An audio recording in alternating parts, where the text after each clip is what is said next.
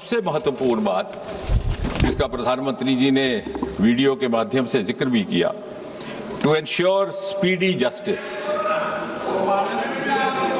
We will have special fast track courts established only for the cases dealing with unfair means in examinations.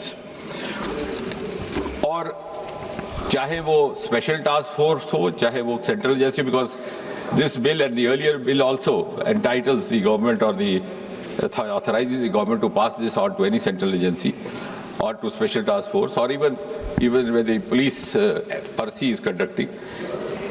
उनके लिए section 12A has been added to this earlier bill, which provides for special fast track courts.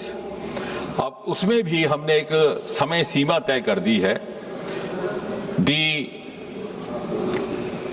investigation has to be completed within a span of 2 months, regardless of whether it is a central agency or a special task force. और 2 महीने के भीतर सारी जांच investigation मुकम्मल की जाएगी और उसके बाद जो भी ट्रायल कोर्ट होगा, जो अभी इस केस में is going to be a fast track special court, उसमें ये 3 महीने, यानी जिस दिन वारदात रिपोर्ट हुई है उस दिन से लेकर के आखिरी निर्णय आने तक 5 महीने से ज्यादा अवधि काल नहीं रहा जाएगा.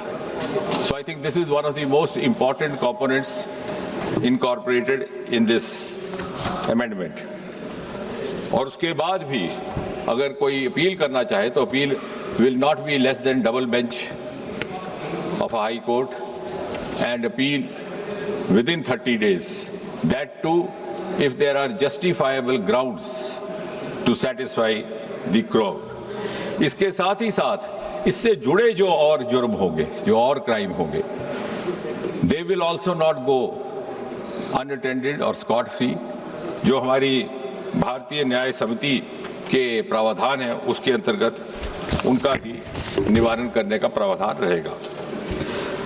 और इसलिए मेरा ये निवेदन है कि एक बड़ा ही महत्वपूर्ण विधेयक लेकर के आए हैं हम, और सरकार की प्रतिबद्धता का आप इसी बात से अनुमान लगा सकते हैं कि इसी विधेयक के लाने के साथ ही साथ हमारे लॉ मिनिस्टर साहब की ओर से भी एक प्रस्ताव जारी कर दिया गया कि वक्त ज़ाया ना हो तो ये जो स्पेशल फास्ट ट्रैक कोर्ट्स हैं इनको स्थापित करने का भी क्रम साथ ही साथ प्रारंभ किया जाए.